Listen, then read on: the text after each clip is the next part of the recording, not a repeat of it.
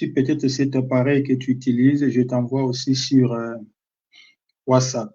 Peut-être il y a d'autres numéros, mais on est déjà en direct là.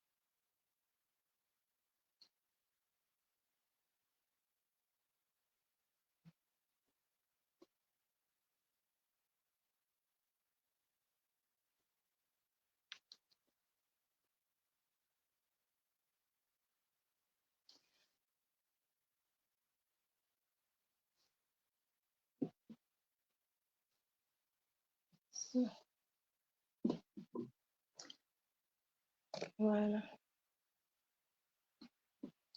Oh, l'autre, ça arrive, mais de l'autre côté. Shalom, peuple de Dieu. Bonsoir, bonsoir. Laisse-moi t'introduire. Nous allons commencer.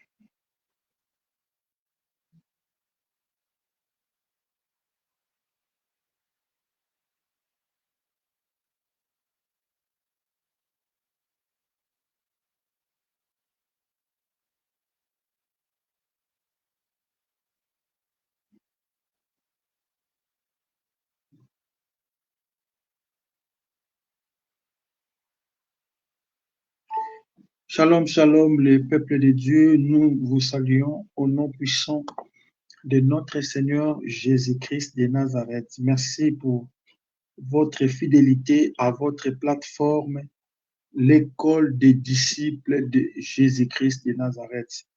Nous sommes bel et bien avec votre servante de Dieu, la prophétesse Patricia Israël Déborah, depuis l'Autriche. Elle est avec nous. Nous allons commencer avec une courte prière et je vais donner la parole à la servante de Dieu et nous allons commencer notre enseignement dès ce soir. Pendant que tu entres, tu partages pour bénir une personne qui va écouter ces messages, peut-être qui était dans l'ignorance, il ou elle va donner sa vie à notre Maître, le Seigneur Jésus-Christ de Nazareth. Et sans plus tarder, shalom, la servante de Dieu. Shalom, pasteur Papi. Shalom, Ok, peuple de Dieu. merci beaucoup. Nous sommes avec la servante de Dieu, notre prophétesse Patricia Israël Déborah, qui est avec nous ce soir. Nous allons laisser la parole de commencer d'abord avec une courte prière et nous allons commencer la présentation ainsi que notre école de disciples de ce soir.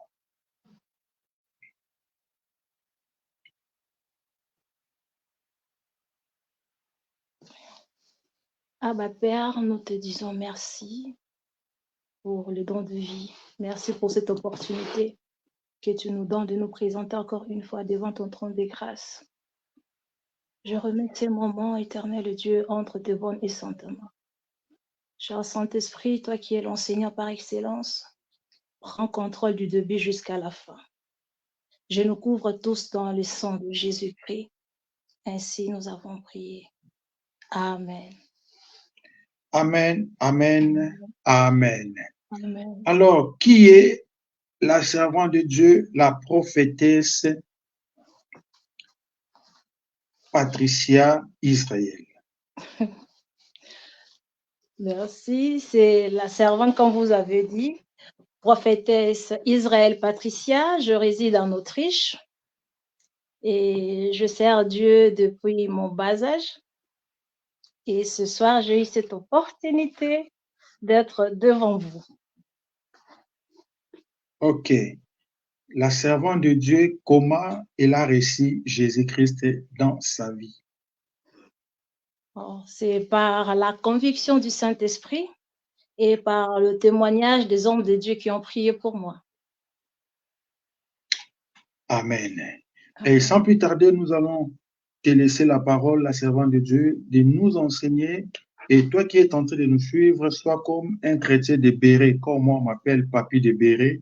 Vous avez vu, elle-même, elle s'appelle d'Israël. Moi, je suis de Béret. C'est-à-dire, vous prenez vos Bibles, vous prenez quelque chose pour noter, parce que nous vérifions les Écritures. Lorsqu'il y a des questions, posez vos questions. Elle est là pour nous répondre. Donc, elle est avec nous pendant 3 jours. Elle est en Autriche. Depuis quelle ville encore, maman? Salzbourg. Ok, depuis Strasbourg. Donc, Salzbourg. elle est... Oh, bon, la prononciation est compliquée pour moi. Comme elle a dit, donc, elle est avec nous pendant 3 jours. Nous allons profiter de la grâce que Dieu a mis en elle. Elle parle bien. Vous-même, vous allez découvrir ce soir. Et sans plus tarder, je laisse la parole de commencer notre enseignement. Alors, qui est un serviteur de Dieu? Amen. Amen, amen, amen.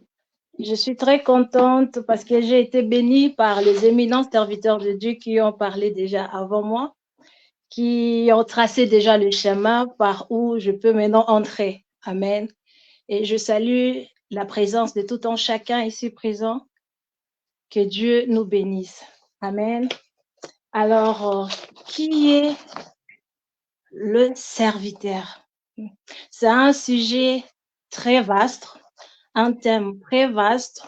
On peut l'expliquer 2 années et des années et on ne finira pas à le résumer à un petit mot. Amen.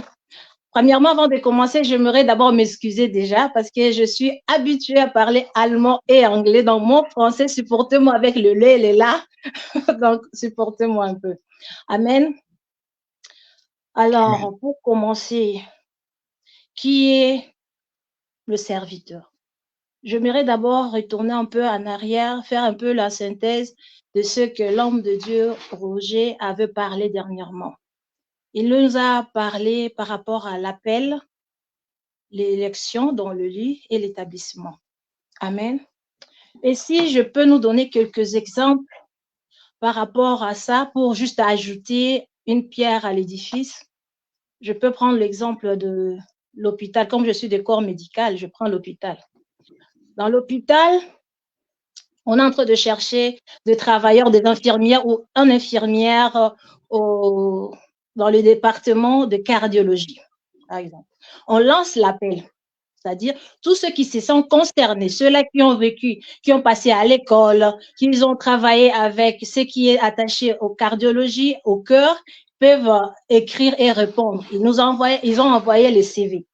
Lorsque la masse a envoyé le CV, qu'est-ce que les ressources humaines font? Ils sélectionnent les personnes qui sont plus près de leur demande. Amen. Alors, lorsqu'ils sélectionnent cela, et puis le meilleur, ils vont donner maintenant à leur chef. Et c'est le chef maintenant qui sélectionne ceux-là qui vont rester, qui vont être invités à l'interview.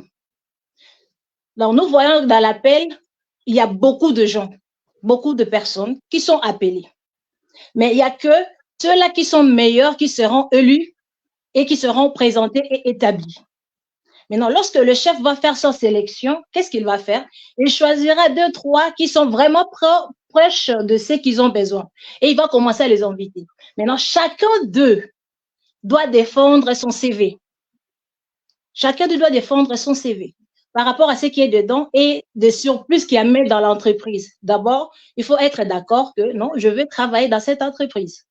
C'est un choix que chacun de nous ou chacun d'eux a fait de travailler dans l'entreprise. Secondement, le chef peut poser la question, quelles sont les qualifications extra, pas ce qui est seulement dans le CV, que tu peux nous apporter, qui va nous pousser à t'embaucher.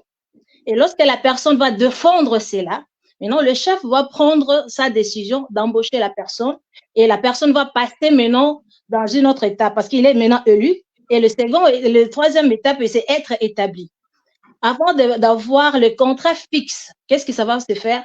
La personne va passer un moment d'essai. Alléluia.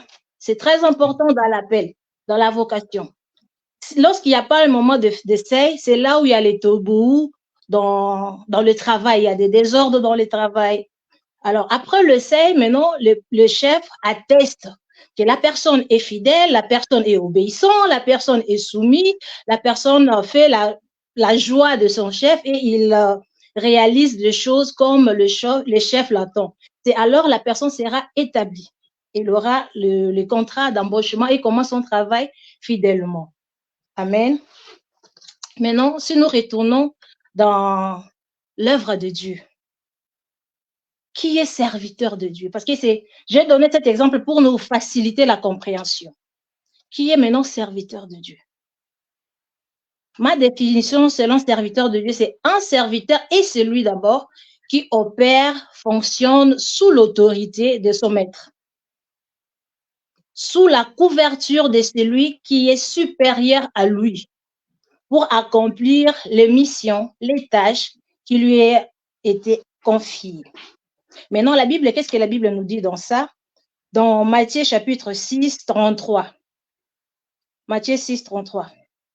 Un serviteur est celui qui cherche premièrement d'abord quoi? Le royaume des cieux. Premièrement d'abord le royaume des cieux et la justice de Dieu. Donc, autrement dit, celui qui fait ou qui accomplit la volonté de Dieu, qui obéit et répond d'abord aux ordres de Dieu. Ça, c'est la première partie. Parce que la suite et le reste lui sera donné par-dessus tout. Ça viendra dans la suite des temps. Mais ce qui est capital, c'est d'abord un serviteur et c'est lui qui cherche d'abord le royaume de Dieu, la justice de Dieu, qui cherche à plaire Dieu, à répondre aux exigences, aux ordres de Dieu. Amen. C'est une personne qui est au service de l'autre, qui reçoit de l'ordre chez son maître. Un serviteur de Dieu est celui qui est dévoué. Qui est dévoué. C'est un disciple. Et dans le mot disciple, nous voyons aussi, c'est un disciple utile, nous voyons aussi le discipline. La personne est disciplinée. C'est une personne qui est humble, qui est au service de Dieu, qui est soumis aux orientations de Dieu, qui est soumis aux ordonnances de Dieu, qui dépend de Dieu, qui ne fait rien sans consulter Dieu, qui travaille toujours auprès de la source, qui ne s'éloigne pas de la source qui est Dieu, et qui est prêt à agir comme Dieu et à répondre aux besoins du peuple que Dieu lui confie, sans plutôt s'attendre à une récompense comme l'argent ou la gloire. Donc, il ne se focalise pas sur soi ou sur lui-même. Mais tout ce qu'il fait, c'est pour rendre gloire à son chef. Là, on peut prendre l'exemple de l'entreprise. Dieu est le CEO de vision, de mission qu'il nous a donnée. Il est le chef. Et comme lui, il est le chef, nous, en tant que serviteurs, nous avons le devoir de travailler sous sa vision, sous son autorité. Pas selon nous, mais selon lui. Pas selon nos pensées ou nos désirs ou nos vœux, mais selon lui. Amen. Et on appelle aussi un serviteur celui qui accepte, oui, celui qui accepte les conditions qu'on lui donne volontairement, parce que c'est un choix. Lorsqu'on t'appelle, tu reçois l'appel. Maintenant, c'est à toi d'accepter. Est-ce que tu veux entrer dans cet appel ou tu ne veux pas? Est-ce que tu veux réaliser le tâche qu'on t'a confié ou pas? Tu as un choix de faire. Mais lorsque tu acceptes cela, c'est-à-dire que tu ne dépends plus de toi-même. Tu dépends de celui qui t'a embauché ou qui t'a appelé. qui t'a appelé au service. Donc, c'est-à-dire, tu es à son service, tu es attaché à lui. Tu es soumis à ses ordonnances. Amen. Et si nous regardons dans comment devenir maintenant un serviteur de Dieu. Comment devenir un serviteur de Dieu? On a déjà vu beaucoup de points que les hommes de Dieu ont mentionnés avant moi. Ça commence par l'appel, comme je viens de dire, le choix et puis l'établissement. Maintenant, allons un peu dans Jérémie chapitre 1, verset 5. Papa, papi, est-ce que vous pouvez nous lire cela, s'il vous plaît?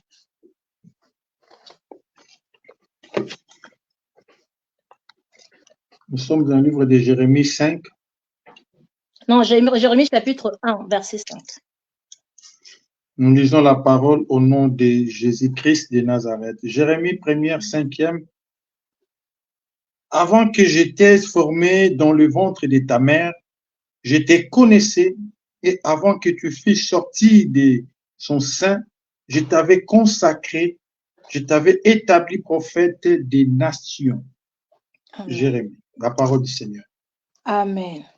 Là, nous voyons que l'appel n'est pas quelque chose qu'on apprend à l'école, mais c'est une sémence de Dieu en nous d'abord. Parce que là, Dieu est en train de parler clairement.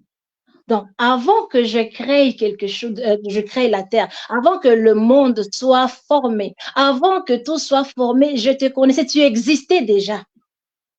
Tu existais. Donc, lorsqu'on existe, on existe déjà dans la présence de Dieu, c'est-à-dire Dieu a eu déjà tout à calculer, tout à former, tout à installer. Amen. Donc, ce n'est pas que lorsque tu es venu dans le monde, maintenant tu commences à faire le choix, tu commences à faire le fico fion. Non, je vais être ceci, je vais être cela, selon tes désirs. Non. Dieu, c'est un Dieu d'ordre. Donc, il a tout établi, tout arrangé avant le temps. Voilà pourquoi ici, il dit ça clairement. Avant la formation des créations, tu existais déjà, tu étais déjà mis à part. Tu étais déjà mis à part. Tu étais déjà choisi pour être prophète des nations. Donc, l'appel n'est pas quelque chose que tu dors, tu te réveilles, tu décides, non, je veux servir maintenant Dieu. Je veux devenir un serviteur de Dieu. Voilà pourquoi il y a beaucoup de, comment je peux dire, de serviteurs rebelles qui font l'œuvre de Dieu selon eux-mêmes. Pas selon l'image, selon la structure de Dieu, mais selon ce qu'ils pensent, selon le coutume, selon le, comment je peux dire, les lois de l'endroit où ils se trouvent, de leur origine, de leur nationalité. Parce que quand il s'agit de l'œuvre de Dieu, il n'y a pas de culture, il n'y a pas de coutume, il n'y a même pas le propre désir, parce que c'est sa volonté, c'est quelque chose qui vient de lui. Et comme cela vient de lui, donc nous dépendons de Dieu. Et lorsqu'on dépend de Dieu, lui, il s'attache de nous, il s'attache à nous parce que nous sommes venus vers lui, il s'attache à nous, c'est alors il prendra soin de nous et nous ne manquerons de rien. Mais lorsque nous faisons l'œuvre de Dieu parce que nous pensons que c'est pour la gloire, c'est pour que je sois acclamé, pour que les gens me connaissent, parce que tu parles bien, parce que tu as la connaissance, parce que tu maîtrises bien le verset, ça, ce n'est pas servir Dieu. Amen. Parce qu'en tant que serviteur de Dieu, nous portons l'image de Dieu, les caractéristiques de Dieu. Nous devons refléter cela. Et nous voyons aussi que dans Galates, Galates chapitre 1, 15 jusqu'à 17, là c'est l'apôtre Paul maintenant qui parle. Galates 1er, 15 jusqu'à 17. Nous lisons la parole au nom de Jésus-Christ. Amen. Lorsqu'il plut à celui qui m'avait mis à part de le sein de ma mère et qui m'a appelé par sa grâce, de révéler en moi son Fils, afin que je n'ensasse parmi les païens, aussitôt je ne concite ni la chair ni le sang.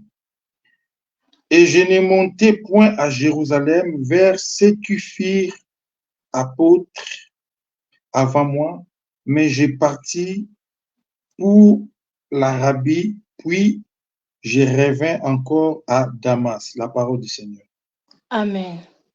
Là, nous voyons que l'appel, malgré Paul était entré, c'est lui qui tuait les chrétiens. C'est lui qui condamnait, qui poursuivait les chrétiens.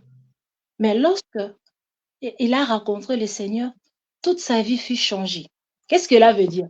Dans l'éternité, la sémence de servir Dieu dans la vérité était déjà là.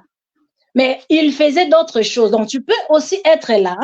Tu es encore dans le péché peut-être, tu es encore païen, ou tu n'es pas sûr si vraiment Dieu t'a appelé. Ce n'est pas à toi de forcer les choses. Au temps convenable, la sémence de Dieu va se révéler par Dieu lui-même. Il connaît lui-même l'heure, le temps et l'année que tu vas le servir.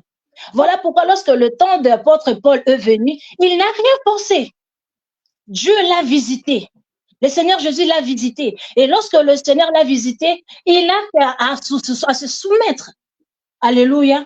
Ça peut être aussi dans notre vie. Lorsque nous regardons ce qui se passe actuellement dans l'Église, on a la facilité de détecter le vrai serviteur et ceux-là qui se sont autoproclamés serviteurs de Dieu.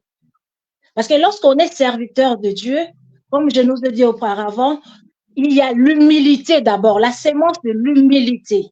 Parce qu'on ne dépend plus de nous-mêmes, mais on dépend de Dieu. Quand il s'agit de dépendre de Dieu, c'est-à-dire on est arrivé à un point que je ne peux plus me confier à moi-même, je ne peux plus me suffire à moi-même, je dois obéir à celui qui est suprême, c'est lui qui m'a créé, c'est lui qui connaît mon hier, il connaît le présent, il connaît le futur. Je dois me soumettre à lui. C'est alors il va se manifester, il va me fortifier et il va me consoler. Mais lorsqu'on ne fait pas ça, on est dans les tobots, on est dans les désordres. Amen. Tu peux être là.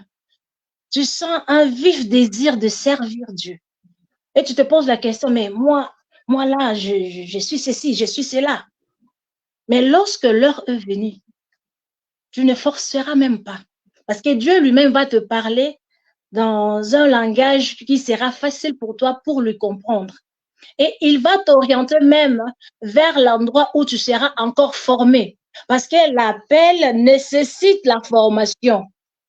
C'est très important. Parce que lorsqu'on est appelé, il y a un temps de formation. Là où, par exemple, si je donne un exemple dans l'Assemblée de Dieu, là où on dirige, par exemple, les codim, le groupe d'intercession, on est dans l'adoration, on est dans la modération, jusqu'à ce que vraiment l'appel de Dieu sera manifesté en toi et le dirigeant de ton assemblée va voir cela et le Saint-Esprit va confirmer cela.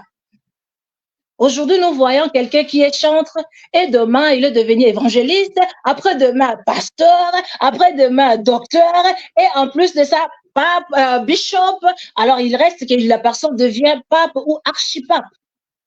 Or, Dieu, c'est un Dieu d'ordre. Il y a l'hiérarchie dans tout ce qu'il a créé. Alléluia. Tout ce que Dieu a créé, il y a l'hiérarchie. Donc, sache seulement une chose, un serviteur de Dieu porte la sémence de Dieu. Dans la sémence de Dieu, il y a la caractéristique de Dieu, il y a le comportement de Dieu, il y a les attributs de Dieu. Et c'est ce qu'un serviteur doit manifester. Ma question est toujours, est-ce que nous manifestons cela? Est-ce que nous manifestons cela? Dans l'appel, nous voyons aussi la marche. La marche, notre marche. La manière dont nous créons nos relations avec les autres, nos langages, nos accoutrements. Plusieurs personnes veulent être élues, mais tu ne peux pas être élu sans passer par l'épreuve. Tu ne peux pas être élu sans que tu sois éprouvé, sans que tu sois testé. Donc, il faut accepter de payer le prix, d'être testé. Parce que c'est le Saint-Esprit qui doit nous témoigner. Les gens qui te voient, ils doivent témoigner qui tu es. Dans l'assemblée où tu es, les gens doivent te témoigner. Je donne un exemple. Dans l'assemblée, tu travailles, tu as été ordonné, tu travailles, mais tu ne respectes pas la personne supérieure à toi. Comment veux-tu respecter la personne que tu ne vois pas, l'être que tu ne vois pas? Depuis qu'on t'a ordonné, tu te comportes comme si toi et le leader ou le visionnaire de ton assemblée, vous êtes des potes. Vous êtes devenus maintenant des collègues. Non. Dans l'œuvre de Dieu, il y a toujours l'hierarchie. Il y a toujours l'hierarchie. Ce respect-là, ou ce manque de respect, c'est ce qui empêche que Dieu se manifeste dans nos vies, que Dieu se manifeste au milieu de nous. Parce que chacun veut devenir un leader sans plutôt être d'abord serviteur. Parce que lorsque tu es consacré, tu es au service de la personne qui t'a consacré. Si dans ton assemblée, donc tu es au service du visionneur de ton assemblée. C'est-à-dire tu travailles pour l'avancement de l'œuvre qu'il a commencé. Donc tu es devenu un pierre de plus pour que l'œuvre de Dieu avance. Alors tu dois manifester l'amour envers cette personne, le respect envers cette personne, la soumission, l'intégrité. Dieu dit à Abraham, marche devant moi et sois intègre. En tant que serviteur de Dieu, en tant que serviteur, nous devons être intègres, vivre dans l'intégrité. C'est très important. Nous aimons la gloire, qu'on nous acclame. Tout ça, ce n'est pas de l'importance lorsque les âmes ne sont pas sauvées. Lorsque le nom de Jésus n'est pas glorifié. C'est notre devoir à nous et nous rendons compte à Dieu. Nous voulons être aussi des leaders, mais aujourd'hui, tu n'es pas encore leader. Alors, sois soumis à la personne qui est devant toi. C'est alors demain, tu sauras, lorsque tu es leader, tu sauras aussi te soumettre à tout ce que Dieu t'ordonnera de faire. Parce que si tu n'arrives pas à respecter la personne que tu vois, n'attends pas que tu vas respecter Dieu demain. Voilà pourquoi aujourd'hui nous voyons les gens, je peux pécher demain, je vais demander pardon parce que la grâce abonde. Non, la grâce doit nous pousser à fuir le mal, à fuir le péché. Ça ne va pas nous pousser à commettre le péché, à vivre dans le péché, non. Alléluia. Ce sont des choses que nous devons changer. Ce n'est pas digne. Alors, qu'est-ce que la parole de Dieu nous dit par rapport au témoignage? Dans Matthieu 7, Matthieu chapitre 7, 15 à 16. Nous lisons la parole au nom de Jésus-Christ, Matthieu 7, à partir de 15 jusqu'à 16. Alors, gardez-vous des faux prophètes. Ils viennent à vous aux vêtements de brebis, mais au-dedans, ce sont des loups ravisseurs. Vous les reconnaîtrez à leurs fruits. Cueille-t-on des raisins sur des épines ou des figues sur des chardons? La parole du Seigneur. Amen. Donc, un serviteur porte le sceau de son maître. Un serviteur porte l'identité de son maître. Aujourd'hui, nous voyons beaucoup de serviteurs qui se disent « je suis fils d'eux, je suis enfant d'eux ». Mais il n'y a même pas de marque de cette personne qui sont en train de se dire « je suis fils d'eux ». Lorsqu'on regarde le père, on regarde le fils, c'est deux personnes différentes. Il n'y a même pas une trace, ni par leur langage. Alléluia. On ne voit pas ça. Or, un serviteur, lorsqu'il parle, on reconnaît son origine. On reconnaît son origine. C'est vraiment un fils d'eux. Il y a des traces, il y a des signes, il y a des empreintes qui restent. Que tu es passé par là, tu es passé par cet homme, tu es passé par cet enseignement, tu es passé par cette école. Mais aujourd'hui, si nous regardons beaucoup des hommes de Dieu, beaucoup de serviteurs de Dieu, beaucoup d'enfants de Dieu, ils n'ont pas de marque déposée de l'endroit où ils sont. Et plusieurs d'ailleurs sont des prostituées spirituelles. Aujourd'hui, vous le voyez ici, demain là-bas, demain là-bas. Ils sont en train de chercher la délivrance. La délivrance ne viendra pas comme ça. Parce que la personne que Dieu a établie devant toi, si tu ne le respectes pas, tu ne le considères pas, tu ne l'honores pas, tu ne seras pas béni. Parce que nous voyons que la Bible nous dit aussi que c'est le supérieur ou l'inférieur est béni par le supérieur. Maintenant, toi, tu veux être sur le même rang que celui qui est supérieur à toi. Ça ne se fait pas. Nous les connaîtrons par leurs fruits. Aujourd'hui, en tant que serviteurs, nous devons avoir ce cœur-là de sauver les âmes. Cet esprit, ce fardeau-là de sauver les âmes et de sauver nos frères et sœurs. Nous venons de le lire, on les connaîtra par leurs fruits. Il y a tellement beaucoup de faux. Fruits comme tels quoi? Je donne un exemple. Vous avez un enfant qui aime bien jouer au foot. Et ce fils, après avoir joué au foot, nous connaissons les garçons, il pue plus que les chèvres. Avec toute le salité, maintenant l'enfant vient sonner à la porte pour rentrer à la maison. En tant que parent, vous allez laisser l'enfant dehors? Non, vous allez le faire entrer à la maison. Non, entre d'abord dans la maison, tu te laves, puis tu viens, on va discuter. C'est comme ça que ça se passe. Mais aujourd'hui, si nous regardons dans l'église, nous avons, c'est comme s'il y a un esprit de jugement, de préjugement. Il n'y a plus l'amour, il n'y a plus l'affection, il n'y a pas la douceur, il n'y a pas le pardon, il n'y a pas la compassion. Or, ce sont les attributs que nous voyons dans Jésus. On est prompt à condamner, à juger, voire même à chasser les gens dehors. Est-ce que c'est ça le devoir d'un serviteur? Au début, je nous ai dit, un serviteur, il est dévoué à agir selon son maître, selon les ordres de son maître. Le Seigneur Jésus a dit, allez, faites de toutes les nations le disciple. Donc, nous sommes censés de propager la parole de Dieu à tout le monde, pas seulement à ceux-là que nous pensons, ils vont nous écouter, à ceux-là qui nous plaisent, non. Même ceux-là que nous savons qu'ils ne vont pas écouter, c'est ce qu'il a dit à Ézéchiel. Il a dit, je t'envoie vers mon peuple, ils ne vont pas t'écouter, mais parle. Parle. C'est notre devoir à nous de parler. Où est l'amour de Jésus au milieu de nous? On dit, nous sommes des serviteurs de Dieu. Alors, où est l'amour de Dieu au sein de l'Assemblée? Je ne parle pas de tout le serviteur. Le cas exceptionnel, il existe toujours, mais la majorité. La maison de Dieu, c'est un lieu de refuge. Et nous, serviteurs de Dieu, nous travaillons dans la maison de Dieu. Mais non, il y a des gens qui sont dehors, qui ont soif de l'évangile. Je donne l'exemple banal. Les prostituées, des homosexuels, des lesbiens, des impudiques, ils ont besoin de la parole de Dieu. Maintenant, lorsqu'ils viennent chez nous à l'église, nous, comme nous sommes prêts à juger, nous n'avons pas cette compassion, cet amour, cette patience.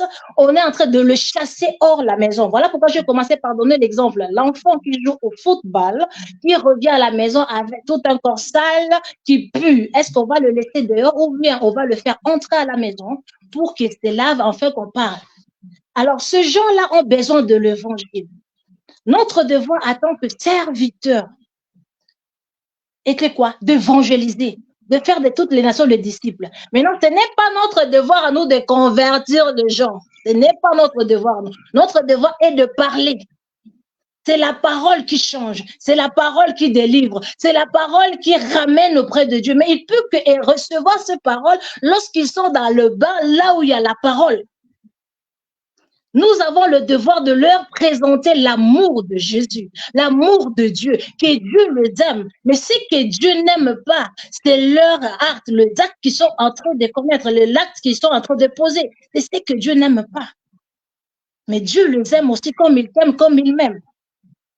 Amen. C'est très important. Voilà pourquoi nous sommes dans la difficulté. Il y a trop de divisions au milieu de nous. Au lieu de faire ce que Dieu nous a recommandé, nous faisons de lois nous-mêmes, nous faisons de principes nous-mêmes qu'on n'arrive pas à tenir ou à, comment je peux l'expliquer, to hold on, de le saisir et de vivre de la sorte. Non. Restons des serviteurs. sous l'ordre de Dieu. Quand il dit va à gauche, va à droite, nous ne devons pas faire nos lois, nos principes, nos coutumes, les lois de Dieu. Non, ce n'est pas ça. Parce que ces gens-là aussi ont besoin de la parole de Dieu.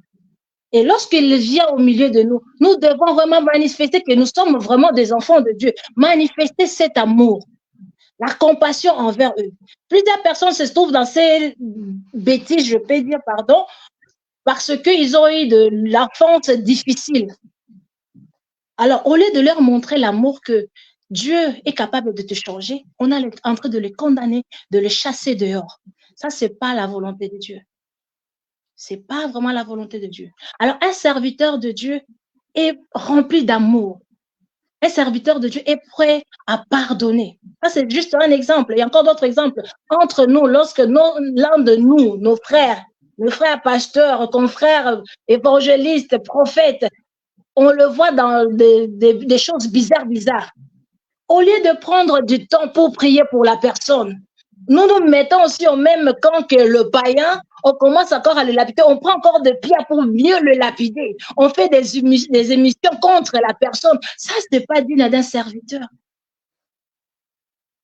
Ce n'est pas digne d'un serviteur.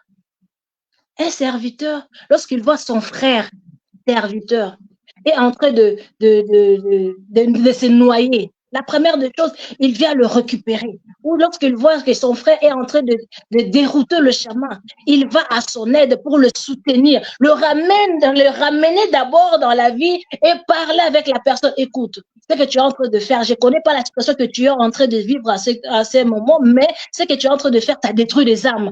Ça ne donne pas la gloire à Dieu.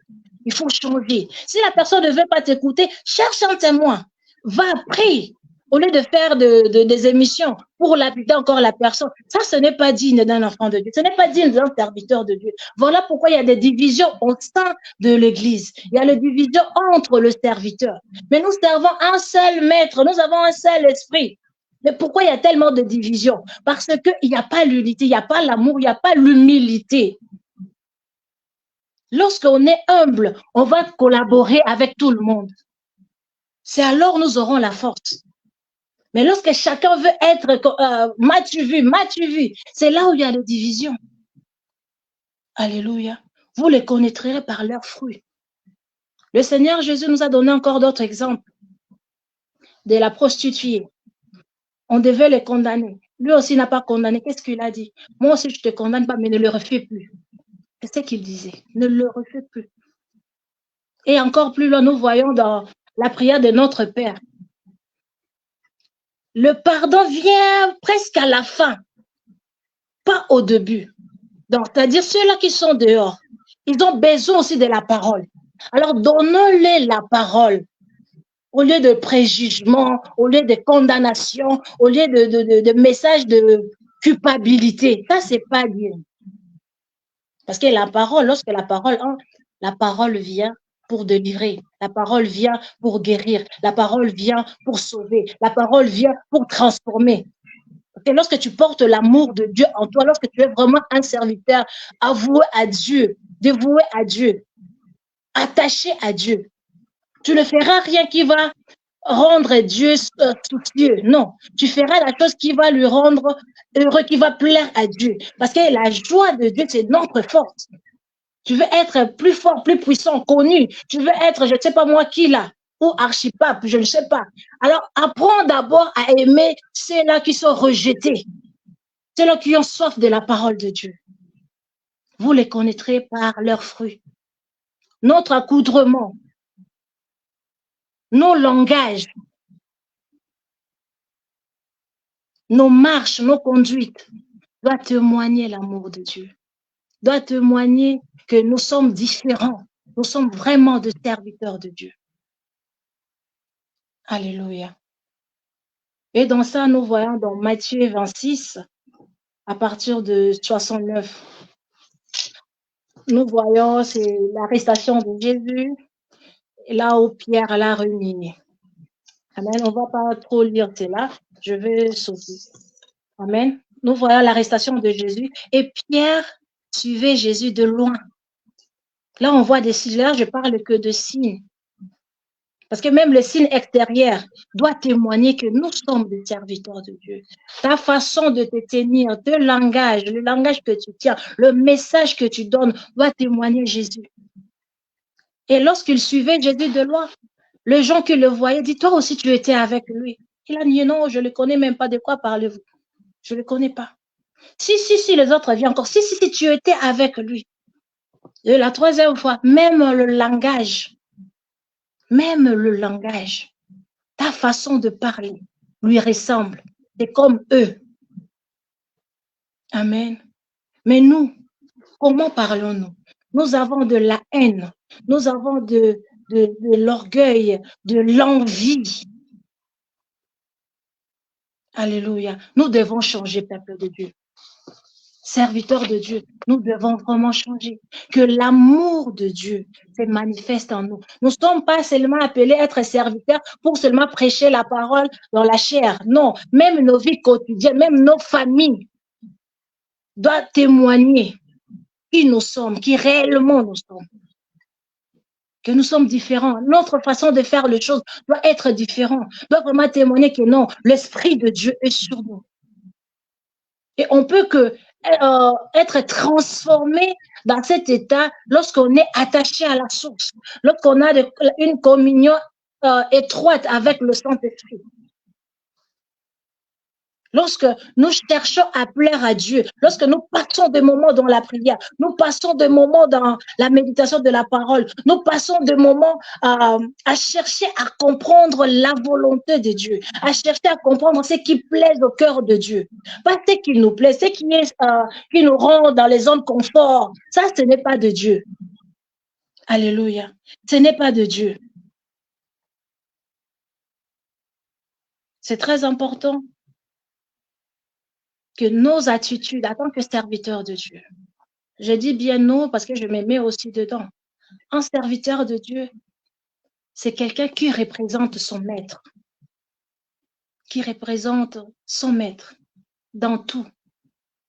Si tu veux que ton maître échoue, si tu veux que ton maître soit insulté, humilié, alors comporte-toi n'importe comment. Il sera humilié parce que tu le représentes. Mais si tu veux que ton maître soit glorifié, tu veux que ton maître soit honoré et que tu veux que ton autorité repose sur toi, sa puissance repose sur toi, sa couverture soit sur toi, tu dois l'aimer. Tu dois l'aimer. Tu dois être fidèle à ses orientations, à ses ordonnances. Tu dois lui faire confiance. Parce qu'il n'y a aucun chef qui crée son entreprise pour que l'entreprise entre en faillite. Aucun chef qui prend un travailleur pour que ce travailleur-là amène son entreprise à l'échec. Non. Non, c'est pareil avec Dieu. C'est pareil avec notre Seigneur. Alléluia. C'est très, très important. Donc, pour dire que au fur et à mesure, un serviteur qui marche sous l'autorité de son maître, qui marche dignement de son maître, qui marche à l'obéissance, qui est soumis à son maître, à la longue, au fur et à mesure, cet homme va ressembler à son maître. Même le langage sera semblable à son maître. Lorsqu'il va commencer à parler, les gens vont l'identifier automatiquement à son maître. Ah, il parle comme. Ah, il prêche comme. Il marche comme. Il a des tics comme. Alléluia. Nous le voyons aussi dans des couples. Lorsque les couples sont longtemps mariés, ils commencent à se ressembler. Et même si l'autre parle, l'autre finit la phrase. Si tu demandes quelque chose à l'homme, tu racontes la femme de l'autre côté. La même réponse que l'homme t'a donnée, ce sera la même réponse, presque la même réponse que la femme va te donner, parce qu'ils sont devenus semblables. C'est pareil aussi avec un serviteur et son maître. Voilà pourquoi on a identifié Pierre par ce langage. Tu parles comme. Tu étais avec, je me dis, même l'accoutrement, l'a trahi, tu t'es habillé comme. Et nous, aujourd'hui, si vraiment on ne dit rien, on parle rien, on se met juste debout. Est-ce qu'on peut nous identifier à Jésus, que nous sommes des serviteurs de Dieu, sans parler, juste par l'accoutrement, par la présence? Est-ce que le monde peut nous identifier que nous sommes de mise à part? Il est temps que chacun de nous prenne conscience qu'être un serviteur, c'est être au service de quelqu'un. Pas pour nous, pas pour nous enrichir, pas pour recevoir la récompense, mais d'abord pour le royaume. Amen. D'abord pour le royaume. Et l'apôtre Paul a bien examiné cela parce que nous avons la facilité de nous condamner. Dans 2 Timothée, chapitre 2, 20 à 21. Papa, vous pouvez nous lire, je vais m'arrêter par là. 2 Timothée 2, 20 à 21. 2 Timothée 2, 20 à 21. Ok, nous lisons la parole au nom de Jésus-Christ.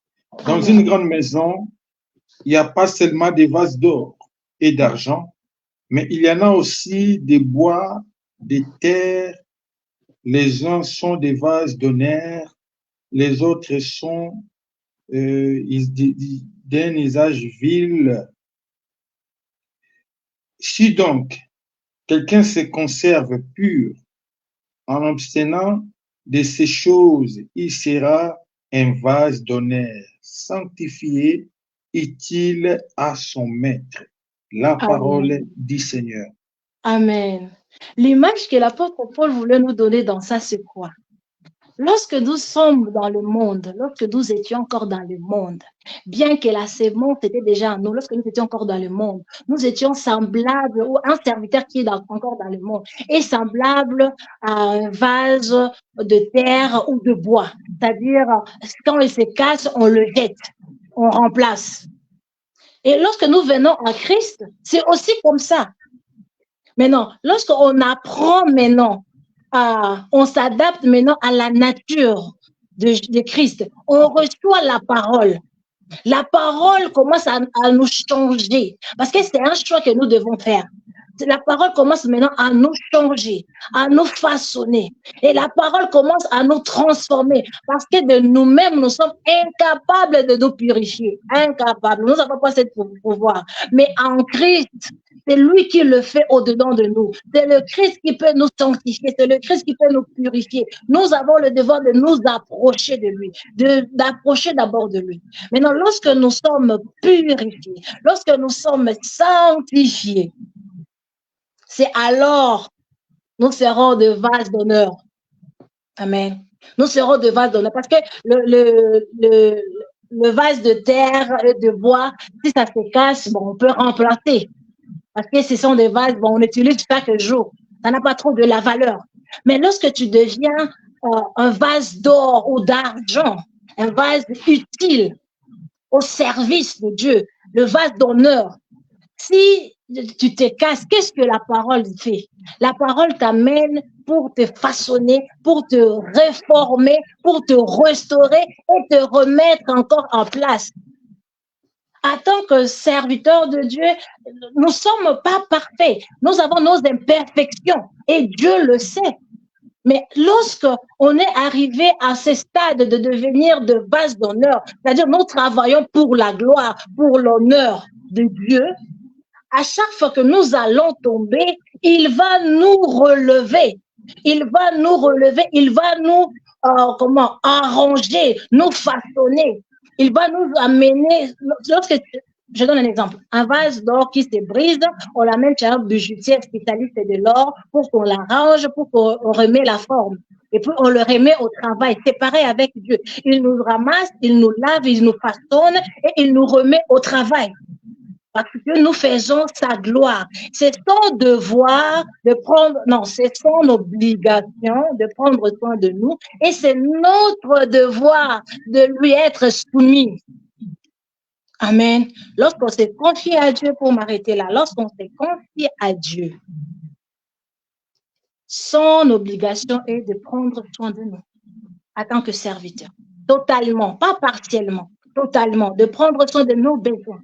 Et notre devoir en tant que serviteur est de lui rendre gloire, de travailler pour que son nom soit glorifié, pour que l'œuvre soit avancée, pour qu'on dépend totalement de lui dans nos décisions. Il faut qu'il soit là. On ne peut pas servir le maître hors de la source. C'est impossible. On n'aura pas la réussite. Voilà pourquoi un serviteur, c'est quelqu'un qui est lié à son maître. Une personne qui est liée à son maître, qui est au service de son maître et des autres. Et il ne le fait pas pour être seulement récompensé, mais il le fait parce que d'abord, c'est un ordre, parce qu'il n'a pas le choix libre, c'est un ordre, une recommandation qu'on lui donne de faire, et il suit à la lettre l'ordonnance de son maître. Et il fait la joie et la gloire de son maître. Amen. Que Dieu nous aide en tant que serviteurs, que nous mettons d'abord Dieu au premier place. D'abord Dieu. D'abord le royaume.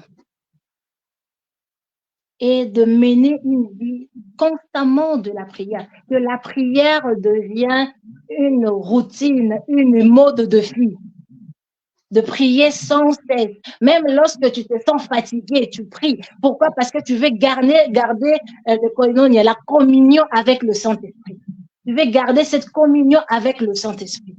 Prier, méditer la parole de Dieu, chercher à plaire à Dieu, servir même les autres, sans s'attendre de recevoir quelque chose. Parce qu'aujourd'hui, nous attendons beaucoup. Ah, si ce n'était pas moi, il est un tel à cause de moi. Donc, est-ce que nous avons la capacité de faire quelqu'un? C'est moi qui l'a créé. S'il est devenu comme ça, c'est moi qui l'a créé.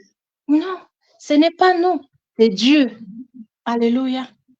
Et des fois, les gens ont maintenant peur de venir te confier aux hommes de Dieu. Pourquoi? Parce que nous n'avons plus de retenue, nous n'avons plus de secrets. Tout ce qu'on nous dit, on l'amène à la chair. Maintenant, la chair est devenue l'endroit de raconter des vies des autres. Ça, ce n'est pas la responsabilité d'un serviteur. Un serviteur, c'est comme Sanduku. Donc, lorsque tu reçois les informations, tu dois les garder, conserver pour toi. Et non l'exposer. Parce que pendant que tu es en train de l'exposer, tu es en train de détruire des vies. Alléluia. Or, en tant que serviteur, tu es, comment je peux dire, une porte pour recevoir tous ceux-là qui ont besoin d'être restaurés, tous ceux-là qui ont soif de la parole. Dans ce point-là, nous devons changer. Que Dieu nous aide afin qu'on change. Que Dieu nous aide, que nous deviennons vraiment des serviteurs de Dieu, de vrais serviteurs de Dieu, qui plaisent à Dieu, qui fait la volonté de Dieu, dont le cœur est attaché à Dieu, dont le souci est de servir Dieu de tout nos cœurs, notre cœur et de toute notre force. Pas pour être acclamés, non. Nous sommes des serviteurs de Dieu, nous ne sommes pas là pour être servis. Parce qu'aujourd'hui, on voit des serviteurs, bon, au lieu de servir, on est là pour que les autres nous servent. Ça, ce n'est pas la mission des serviteurs. Un serviteur est là pour servir. Son maître est le peuple. Son maître est l'endroit où on la voit. Nous devons changer, peuple de Dieu. Amen. Nous devons changer. C'est ça qui est plus capital de comprendre, qui est serviteur. Nous sommes au service d'eux. Nous sommes soumis, attachés à notre maître. Nous sommes attachés aux ordonnances qu'il nous donne pour lui plaire, pas pour nous plaire nous-mêmes. Ainsi, pas pour nous détruire les uns les autres, mais pour nous soutenir, nous s'entraider. Alléluia. Et dans l'œuvre de Dieu, de toute façon, dans les 5 ministères, ce sont des ministères de complémentarité. Pas des singletons, je suis boss, je suis ceci. Non, non, non. Nous connaissons en partie. Nous prophétisons en partie. Là où je suis arrêtée, il y aura une autre personne qui va parler de là et amener ça encore plus profond. Peut-être il y a quelques points que je vais sauter. L'autre va prendre cela et il va ramener ailleurs, afin qu'on se complète. Alléluia. Un serviteur de Dieu, c'est quelqu'un qui a souci de l'œuvre qu'on lui donne. Il cherche à faire le meilleur, à donner le meilleur de soi-même, afin que l'œuvre réussisse, afin que lorsque le maître reviendra, il dira, serviteur bon et fidèle, entre dans la gloire de ton maître. C'est ça, c'est ce qui doit être l'objectif d'un serviteur, pour que j'entre dans la gloire de mon maître. Sinon, tu seras compté parmi ceux-là, je ne t'ai jamais connu. Alléluia. Restons dans la source. Travaillons sous l'orientation du Saint-Esprit. Travaillons sur l'ordre de maître. Et ayons la nature, ou cultivons la nature de Jésus-Christ. Le Seigneur Jésus-Christ, il a laissé sa majesté. Il s'est déguisé, il est devenu un homme. Il nous a montré comment vivre sur la terre en tant qu'homme. Est-ce qu'en tant que Dieu, nulle part la Bible a mentionné que le Seigneur Jésus priait? On ne nous a pas dit que Dieu pria. Mais lorsqu'il est devenu homme, la parole nous dit qu'il pria. Alléluia. Je m'arrête là parce que ça, c'est un autre sujet qu'on va parler dans la suite de temps. Comme je suis encore là jusqu'à vendredi, par la grâce de Dieu, on va continuer cela. Que Dieu vous bénisse. Que Dieu soit loué, que Dieu te bénisse, la servante de Dieu. Merci pour cet enseignement. Si vous avez vos questions, vous pouvez m'envoyer vos questions sur Messenger ou bien dans des commentaires. Vous pouvez poser vos questions. C'est alors que la servante de Dieu est là pour nous répondre. Elle nous a parlé de quelque chose que j'ai beaucoup aimé. Tu ne peux pas être serviteur si tu n'es pas serviteur des autres. Nous acceptons ça quand nous allons chercher du travail. Elle a donné l'exemple au début. Quand nous allons chercher du travail, nous acceptons de travailler pour un païen, peut-être pour un sataniste, peut-être pour un féticheur, mais là-bas, tu ne lui poses pas de questions. C'est-à-dire, toi, tu vois seulement ton travail et ton argent. Mais quand tu vas introduire le CV, c'est pour qu'on t'accepte là-bas, c'est-à-dire pour que tu sois un travailleur. Et lorsque tu adhères à la société, on t'accepte en tant que serviteur là-bas, tu vas respecter les normes et les consignes. Donc, il y a des normes et des consignes. Maintenant, avant même qu'on t'embauche, on te laisse 3 mois d'observation, comment tu vas travailler, est-ce que tu vas faire avancer la société, est-ce que tu seras un bon serviteur pendant l'observation, les patrons sont en train d'observer, si tu vas respecter les consignes, les règles de jeu, c'est alors qu'après 3 mois, on va t'embaucher pour que tu deviennes, que tu puisses avoir un CDI dans cette société. Et quand tu es adhéré dans cette société, tu respectes les normes et les règles. C'est-à-dire que même quand tu es au téléphone, tu vois seulement un simple chef, tu caches ton téléphone parce que tu vois ton chef. Mais malheureusement, ce n'est pas le cas pour nous. Tu vas voir quelqu'un qui est en train de prier, on l'appelle, il a dit, il arrête la prière pour répondre. Je suis en prière, je suis en prière. Mais là-bas au travail, tu as peur de ton chef, seulement un simple chef, mais même pas un directeur. Tout simplement parce que tu sais que tu seras rémunéré. Mais nous aussi, en tant que serviteurs de Dieu, nous serons rémunérés un jour. Les gens préfèrent respecter leur chef d'entreprise parce qu'il sera payé. Beaucoup de respect, beaucoup d'honneur. Même si c'est un féticheur, même si c'est un païen ou pagano à 100%, mais tu lui dois du respect tout simplement parce que tu sais que tu seras rémunéré. Mais le travail que nous serons mieux rémunérés, nous ne respectons pas. Voilà pourquoi tu ne peux pas être serviteur de Dieu si tu n'es pas serviteur d'autres. Commencez d'abord à servir d'autres personnes. Si vous remarquez dans l'Ancien Testament, dans la Bible, beaucoup de gens que Dieu a utilisés pour être des leaders, Dieu les a envoyés d'abord à prêtre les troupeaux. C'était tout simplement pour travailler leur caractère, leur mentalité. C'est-à-dire, si tu n'arrives pas à maîtriser les animaux, à combien plus forte raison de maîtriser les hommes? Vous avez vu les peuples comme le peuple des Juifs. C'est un peuple impossible déjà. C'est un peuple. Voilà pourquoi Moïse, avant de commencer de sauver, Dieu lui a envoyé là-bas, chez sa femme, commencer à paître d'abord les troupeaux. C'était une façon de formation. Il est passé d'abord par le désert pour les briser, parce qu'il était un prince, il ne peut pas servir l'Éternel avec l'orgueil d'un prince. Dieu l'a brisé, mes bien-aimés dans le Seigneur. Dieu l'a brisé, Dieu l'a brisé. Après, il est allé maintenant paître les troupeaux de Jéthro, son beau-père. Il a commencé par là. Commencé par les troupeaux. L'homme selon le cœur de Dieu. Vous pouvez tout dire. Vous pouvez l'insulter. Vous pouvez dire il est voleur. Il est impudique. Il est qui? Mais l'homme selon le cœur de Dieu, David, il a commencé d'abord à paître les troupes. Mais c'est lui qui était choisi, ce n'était pas ses frères qui étaient dans l'armée. Mais c'est lui, parce que l'Éternel a forgé son caractère pendant longtemps.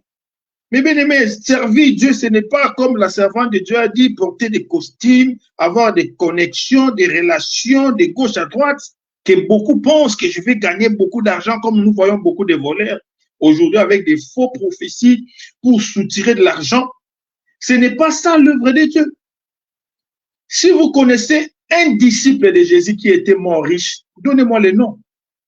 Par contre, les disciples de Jésus, et ils ont tout abandonné. Ils ont suivi Jésus.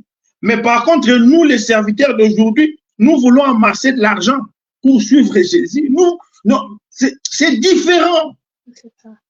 C'est différent. J'ai beaucoup aimé le verset des vases, où la Bible dit, dans une grande maison, il n'y a pas seulement des vases d'or et d'argent, mais il y en a aussi des bois, des terres. À quoi ça sert d'abord les vases? Les vases servent à quelque chose. Le vase est là pour nous servir à quelque chose. C'est-à-dire, tu ne peux pas devenir le vase d'or si tu ne sers pas à quelque chose. Pour commencer, pour que tu sois utile dans cette maison, vous savez, il y a même des vases de bois, mais ils sont plus, les gens aiment beaucoup plus les vases de bois plus que les vases d'or. Parce que les gens, ils sont habitués avec ces vases-là. Les vases servent à servir, mes bien-aimés. Tu vas remarquer dans ta maison, tu as un verre, tu préfères toujours boire avec ce verre.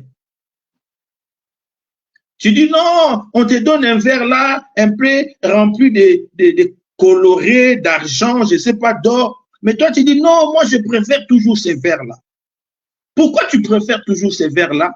Parce que tu te retrouves avec ces verres. Un homme de Dieu doit être comme ces vases. Il faut que les gens ils se contentent de toi parce que tu es en train de les servir. Les vases sont là pour servir d'autres personnes.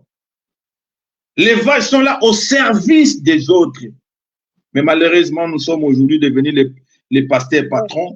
Nous, on est devenus au lieu que les vases nous servent, maintenant c'est à nous de servir les vases. Donc, sens à l'inverse. À quoi ça sert le vase, le verre là qu'on nettoie tout le temps, qu'on met dans des vitrines? À quoi ça sert? Il y a des vases comme ça, on les nettoie seulement, on les remet. On les nettoie seulement, on les remet. Jusqu'à ce qu'un jour, on va les voler. À toi-même, tu dis, ah, fallait que je l'utilise.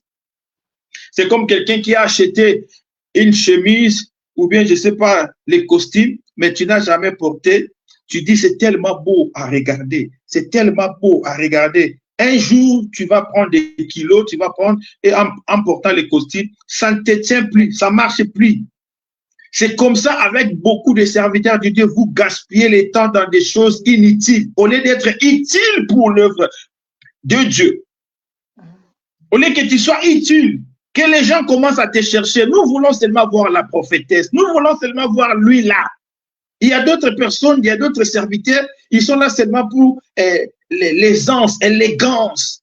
Mais en réalité, à l'intérieur, il n'y a rien. Les bungu toulou. Non, quand tu vois cet homme de Dieu, tu vois la barbe, tu vois, quand il parle, tu dis non, cet homme, il a, mais en réalité, il n'y a rien. Ce genre de serviteur de Dieu, il ne fait rien, on fait tout pour lui. On porte sa Bible, on porte tout, on fait tout pour lui. Mais bien aimé, ne sois pas ce genre de vase seulement d'or, d'argent, mais moi je préfère être un vase de bois, mais qui soit utile, servir les gens de cette maison. Vous voyez, un serviteur, c'est comme les vases là, il n'est pas l'or, il n'est pas l'argent, mais il est utile. C'est-à-dire le maître de la maison, quand il vient, il dit, donne-moi mon verre. J'aime beaucoup boire de l'eau avec ce verre. Donne-moi. Vous savez pourquoi le fils de, j'ai oublié les rois, Nabucodonosor, si je ne me trompe pas, pourquoi il était puni? Parce qu'il a utilisé les vases qu'on utilise à l'église. C'est-à-dire ces vases-là étaient utiles. C'était tellement important. C'est-à-dire tu ne peux pas utiliser ça dans d'autres choses. Ces vases étaient seulement créés pour l'œuvre du Seigneur. Ce n'était pas n'importe qui peut l'utiliser. Donc, il était puni seulement parce qu'il a pris des vases qui étaient sanctifiés pour utiliser ça dans des bêtises. Mais bien aimé dans le Seigneur, soit ces vases-là qu'on n'utilise pas n'importe comment. Mais lorsque on t'utilise, lorsque tu es ce serviteur, lorsque tu te mets debout, tout le monde est content. Les gens n'ont pas besoin de voir ta beauté. Les gens n'ont pas besoin de voir que lui s'habille bien. Les gens n'ont pas besoin de voir que lui parle anglais parce que ces derniers temps, c'est seulement quand lui parle anglais. Take it. Receive it. Là maintenant, receive it. Là, les gens disent, oh, lui, il a l'onction. Les rois Nabucodonosor. Merci beaucoup, docteur Sergio. Mais bien aimé, tu dois être utile. Est-ce que tu es utile aujourd'hui dans l'œuvre du Seigneur? L'homme de Dieu, serviteur, servant de Dieu. Ou bien tu viens, tu fais seulement des beautés, tu t'habilles, tu mets je ne sais pas quoi. Les gens, ils n'ont pas besoin de ta beauté. Les gens, ils ont besoin de ce que toi, tu vas nous faire sortir. Est-ce qu'il y a quelque chose de bon qui peut sortir dans... J'ai oublié cette question. Et l'homme de Dieu, aide-moi, c'est quoi la question? Est-ce qu'il y a quelque chose de bon qui peut sortir dans quelle ville on avait dit? Sergio, c'était quoi la question? On posait la question, est-ce qu'il y a quelque chose de bon qui peut sortir dans Nazareth, si je ne me trompe pas? Est-ce que les gens ils posent des questions? Est-ce qu'il y a quelque chose de bon qui peut sortir en elle? Moi, que tu sois servante, serviteur de Dieu, Joël 2, 28. Si quelqu'un il a la chose de Dieu, pour nous, il va passer pour nous bénir. Aujourd'hui, on est béni à travers de la servante de Dieu qui nous a enseigné encore qui est un serviteur de Dieu. Est-ce que nous sommes encore utiles aujourd'hui? Bien, on est ces vases-là qu'on les met seulement dans des vitrines, que tout le monde entre. Est-ce qu'on est utile aujourd'hui dans l'œuvre du Seigneur? Est-ce qu'on est utile?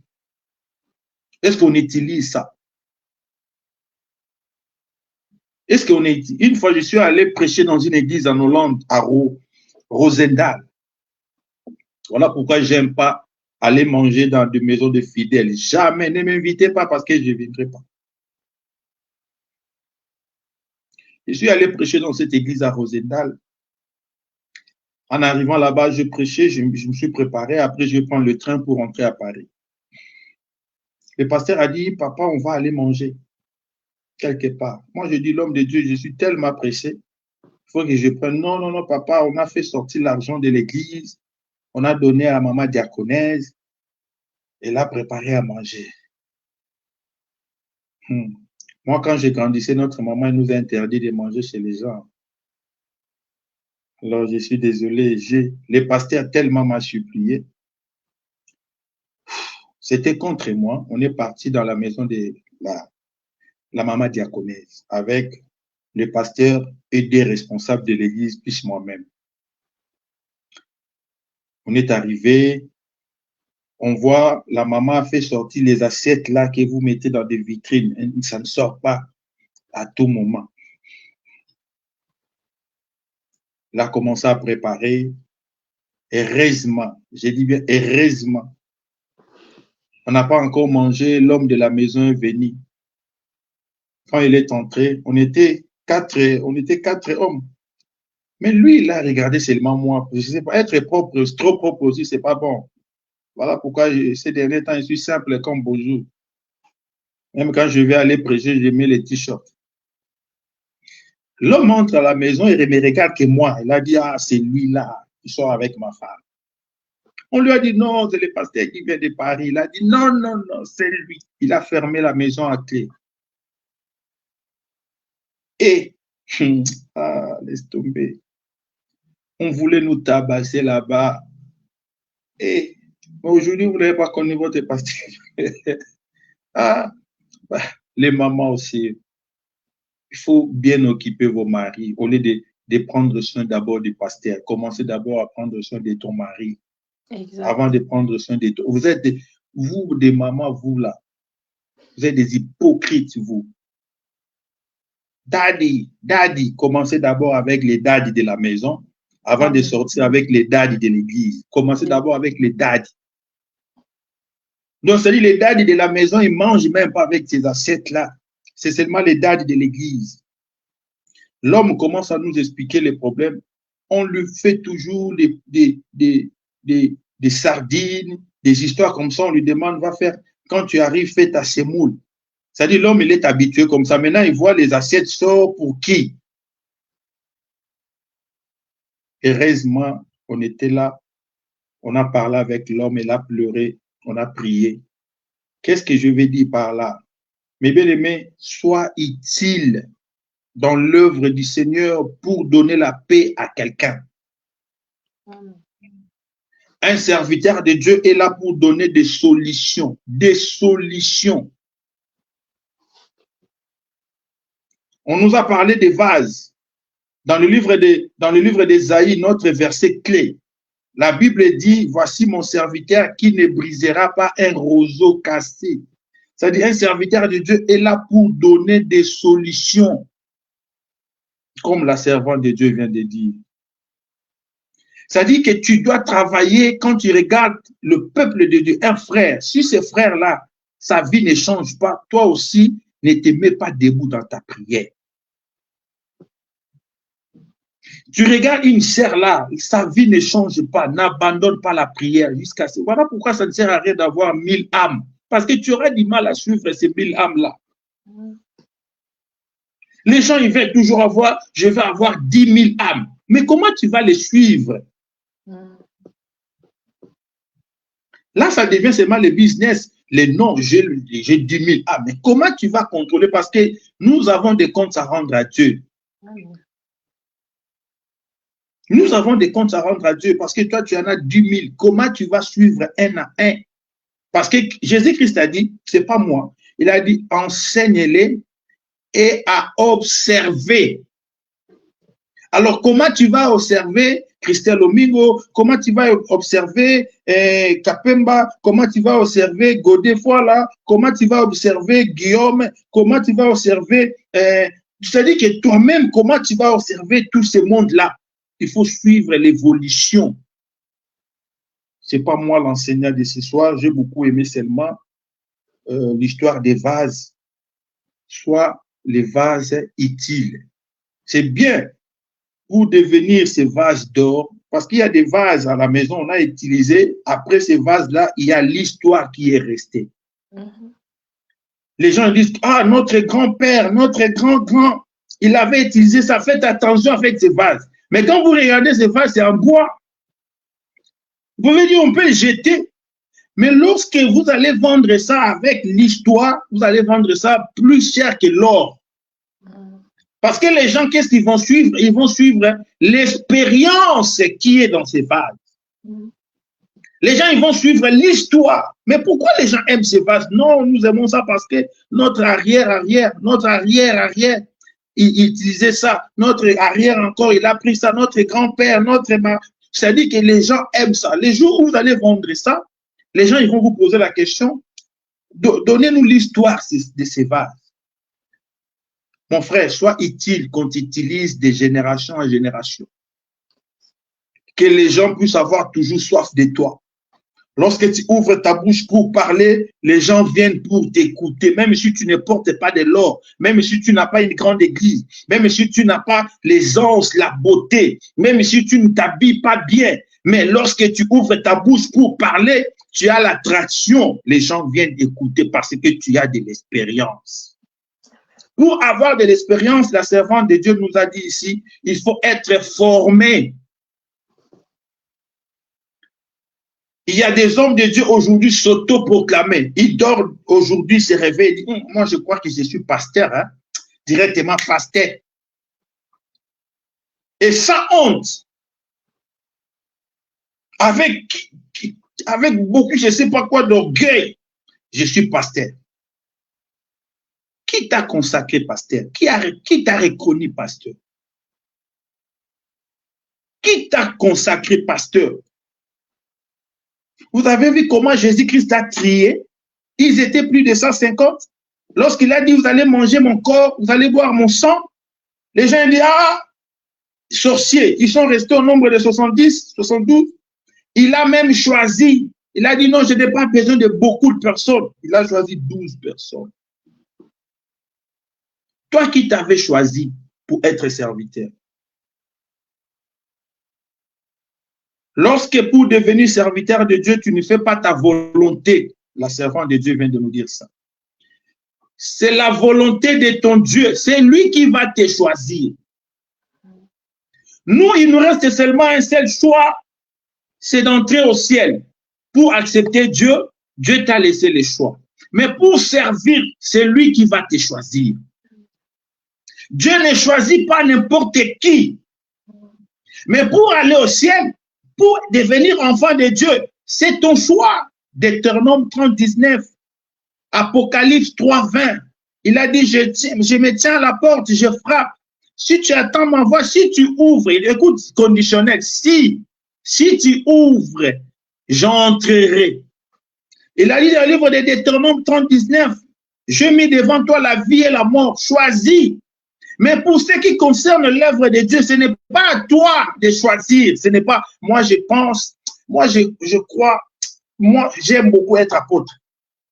Qu'est-ce que toi tu penses? Non, moi j'ai choisi, moi je vais être, non, apôtre c'est petit. J'aime beaucoup ces noms-là, archipape. Donc moi je vais être archipape. Je ne sais pas si ça existe dans la Bible. L'autre a dit non, archipape c'est petit, moi je vais être évêque. L'autre a dit évêque c'est petit, il faut être archevêque. Vous allez, les gens ils suivent les noms un peu inutiles. Même dans la société, pour avoir les titres, ça mérite quoi? Un travail. La méritocratie. Mais bien aimé, la méritocratie, je vous ai parlé de ça, je ne sais pas quel jour. Pour devenir enfant de Dieu, c'est une grâce. Mais pour entrer au ciel, il faut mériter. Avoir un homme, avoir une femme, c'est une grâce. Mais pour avoir le mariage, il faut le mériter. Avoir les enfants, c'est une grâce. Mais faire croître, faire grandir, il faut le mériter, ce n'est pas donné à tout le monde. Avoir un travail, oui, c'est une grâce, j'ai un travail, mais garder ce travail pour monter, il faut le mériter. C'est-à-dire la méritocratie dans le monde, on ne met pas n'importe qui. Aujourd'hui, tout le monde peut dire comment on a mis un premier ministre au monde. Mais peut-être il a un travail, il connaît ses mérites. Mais bien aimé, c'est dans le travail qu'on reconnaît. On dit, comme la servante de Dieu vient de dire, nous avons de père. On n'est pas sorti de comme ça. Moi, je ne suis pas Élie le Tishbite. bien Melchisedec. Je ne suis pas sorti de comme ça directement, pasteur papy. On a eu de pères, on a eu des gens qui nous ont enseigné la parole de Dieu. C'est ces gens-là qui ont reconnu la grâce de Dieu en nous. Ils nous ont formés. Mais les gens aujourd'hui, ils croient que les choses de Dieu, bon, tu vois, au numéro 5, et ils ont commencé l'église. Hein. Ils ont combien? Ils ont 4 personnes. Non, ils ont 20 personnes. Nous aussi, on va commencer. Venez me soutenir. J'ai déjà 10 versets dans la tête. Mais non, ce n'est pas comme ça. Aujourd'hui, les ministères n'ont plus de valeur à cause de médiocrité. Tout le monde est devenu ministre. Tout le monde fait ce qu'il veut. Nous, dans notre époque, dans des groupes de prière, et moi, on m'a giflé, je vous ai déjà dit. Je suis venu à l'église en retard. On me préparait, j'étais déjà disciple. On me dit, on m'a giflé par mon pasteur. Si c'était toi là, on te gifle.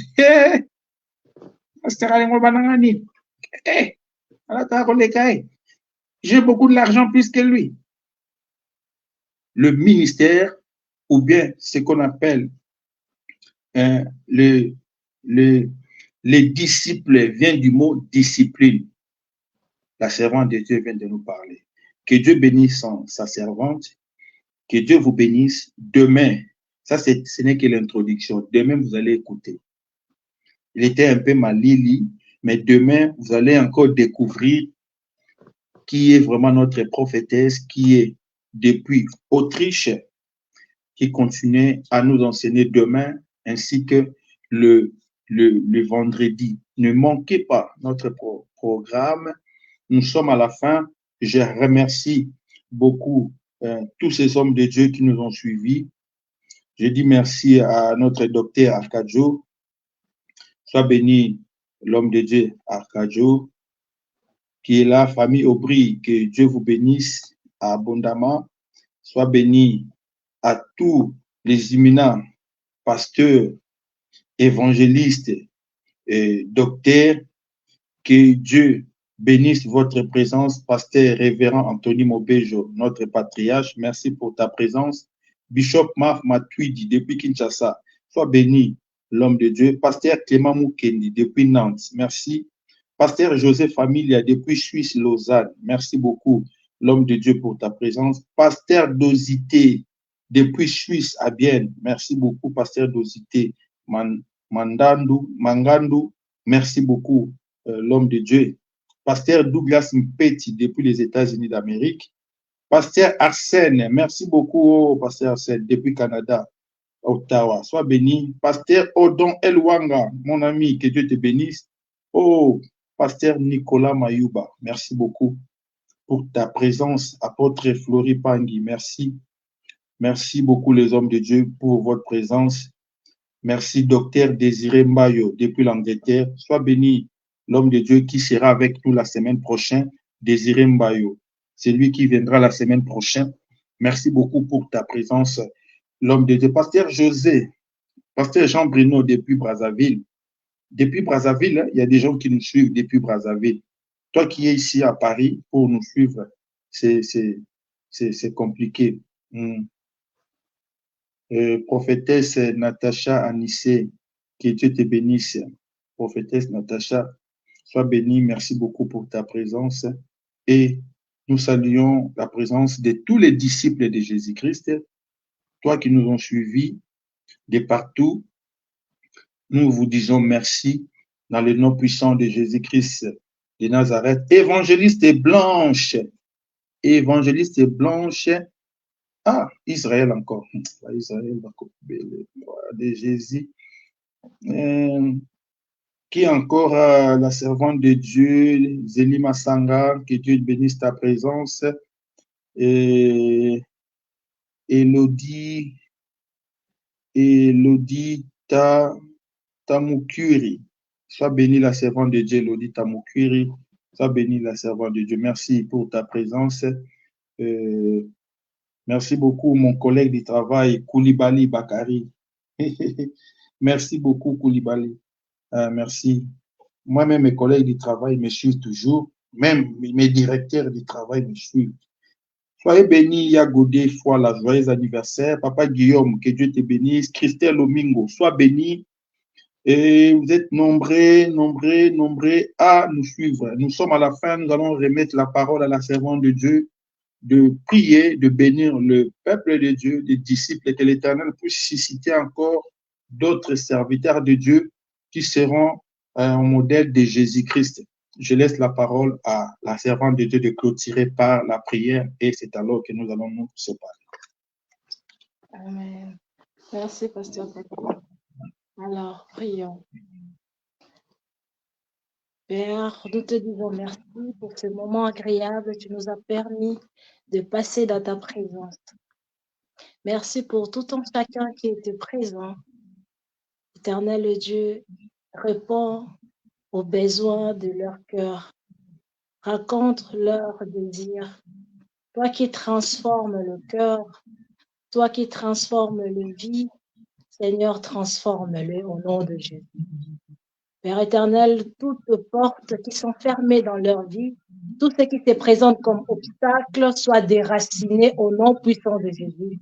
Car toi, tu tiens entre tes mains le clé qui ouvre toutes les portes, que tu leur ouvres le porte qui leur amènera vers leur destinée au nom de Jésus. Bénis leur maison, bénis leur famille, transforme leur vie et je nous couvre tous entre et dans le sang de Jésus-Christ. Que la main puissante, agissante de Dieu repose sur tout un chacun. Éternel Dieu, je t'en supplie, que les écluses de cieux restent ouvertes à ce moment.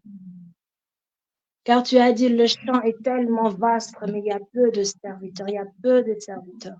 Éternel Dieu, commence à susciter le serviteur digne, les serviteurs qui ont soif de travailler, de collaborer avec toi, qui cherchent à connaître ta pensée, qui cherchent à faire ta volonté, afin que dans la moisson, afin que la moisson retrouve la vie, afin que la moisson éternelle Dieu soit encore multipliée, afin qu'on arrive à dépeupler les camps de l'ennemi dans le nom de Jésus. Oh Yahweh, récompense tous ceux-là qui sont soumis à tes orientations, qui sont soumis à ta parole, qui sont toujours encore attachés, malgré les épreuves, à la source, qui collaborent avec le Saint-Esprit. Papa, récompense-les. Fortifiez-les encore, dans le nom puissant de Jésus-Christ. Cette nuit, nous le remettons entre tes bonnes et saintes mains, éternel Dieu. Parle, visite ton peuple. Et je déprogramme tout ce que le monde des ténèbres ont programmé contre ton peuple, contre tes serviteurs. Dans le nom de Jésus, nous le rendons nul et sans effet. Yahweh appelle les personnes de destinée, les personnes que tu as destinées, prédestinées pour ton peuple, pour tes serviteurs, les personnes qui porteront la vision, les personnes qui vont le soutenir, les personnes des influences, les personnes qui parleront à leur faveur, que les localisent et les atteignent au nom puissant de Jésus-Christ. Oh Yahweh, je te rends grâce parce que tu es fidèle. Manifeste-toi. Console ceux-là qui ont le cœur brisé. Console ceux-là qui ont le cœur brisé et illumine ceux-là qui sont dans la confusion en ces moments. Et montre-le la bonne voie. Au nom puissant de Jésus-Christ, nous avons ainsi prié. Amen. Merci beaucoup. Que Dieu te bénisse aussi abondamment, servante de Dieu. Nous sommes à la fin, nous allons donner nos offrandes. C'est quoi les offrandes? Tu prends cette image, tu partages à 30, à 40, à 50, à 100 000. Que Dieu vous bénisse. Merci beaucoup, docteur Akadjo, pour le verset que je cherchais. Jean 1, 46, où Nathaël lui dit, peut-il venir de Nazareth quelque chose de bon? C'est ça. Est-ce que peut-il sortir quelque chose de bon à cet homme, à cette servante, à cette femme? Il faut que les gens, quand les gens ils doutent, quand ils voient cette vase-là, ils disent, ah, est-ce que ce vase-là, vraiment, vase-là, est-il? Ok, il y a des gens qui aiment des choses comme ça. Que Dieu bénisse sa servante. Bonne soirée. Bye bye. Ne manquez pas notre rendez-vous demain à partir de 21h, peut-être 10 ou 20. Que la main de Dieu soit avec vous tous. Celui qui est malade, que Dieu te donne la guérison. Celui qui a des problèmes, que Dieu te donne la solution au nom puissant de Jésus-Christ. Bonne soirée, Yaya. Que Dieu te bénisse. Bonne soirée.